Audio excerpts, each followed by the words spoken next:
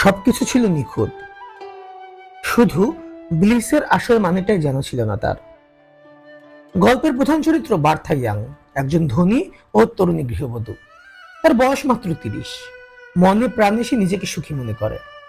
তার স্বামী হ্যারি, ছোট্ট একটি সন্তান, সাজানো সংসার আর একদল বন্ধু, সবকিছু ছিল যেন নিখুঁত।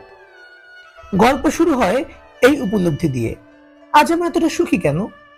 বার্থা একরকম নিজের অনুভব নিয়েই বিভ্রান্ত। তার মন আনন্দে ভরে আছে। বাড়িতে রাতে পার্টি হবে, অতিথিরা আসবে, তাই সে নিজে নিজে সবকিছু সাজিয়ে তুলেছে। তার ভেতরে একটা উদ্দীপ্ত ভাব, যেন জীবনের সবকিছুই স্বপ্নের মতো সুন্দর। বার্থা তার বাগানের একটি নাশপাতির গাছের দিকে তাকিয়ে থাকে, নিজেকে এবং তার জীবনের ব্লিস বা সুখের প্রতীক হিসেবে ভাবতে থাকে। এই গাছটি যেন তার মনেরই এক প্রতিচ্ছবি। সে ভাবে, এই সুখ, এই পূর্ণতা, এই প্রশান্তি সবই চিরন্তন। সন্ধ্যায় তার স্বামীর বন্ধু আসে, পার্ল ফুলটন, রহস্যময়, চুপচাপ, সৌন্দর্যময় এক নারী। বার্থা ভাবে, পার্লের সাথে তার এক আত্মিক বন্ধন তৈরি হয়েছে।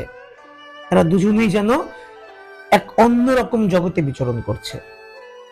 এক মুহূর্তে তারা দুজনে পাশাপাশি দাঁড়িয়ে নাশপাতি গাছের দিকে তাকিয়ে থাকে, যা তাদের মধ্যকার এই নিঃশব্দ আত্মিক বন্ধনের প্রতীক হয়ে দাঁড়ায়। বার্থা ভাবে, এই নারী তাকে বুঝতে পারে, অনুভব করতে পারে। কিন্তু পার্টির শেষে বার্থা হঠাৎ দেখে তার স্বামী হ্যারি ও পার্ল গোপনে ঘনিষ্ঠ। বার্থার ব্লিস, তার সুখ, তার নিখুঁত সংসার সব ভেঙে চুরমার হয়ে যায়। বার্থা আবার জানালার দিকে তাকায়। নাশপাতির গাছটি এখনো সেখানে দাঁড়িয়ে আগের মতোই। বার্থা বোঝে, গাছ তো একই রয়ে গেছে, কিন্তু তার ব্লিস শুধু তার একতরফা অনুভব, একটা ভুল বিশ্বাস, একটা আত্মপ্রতারণা।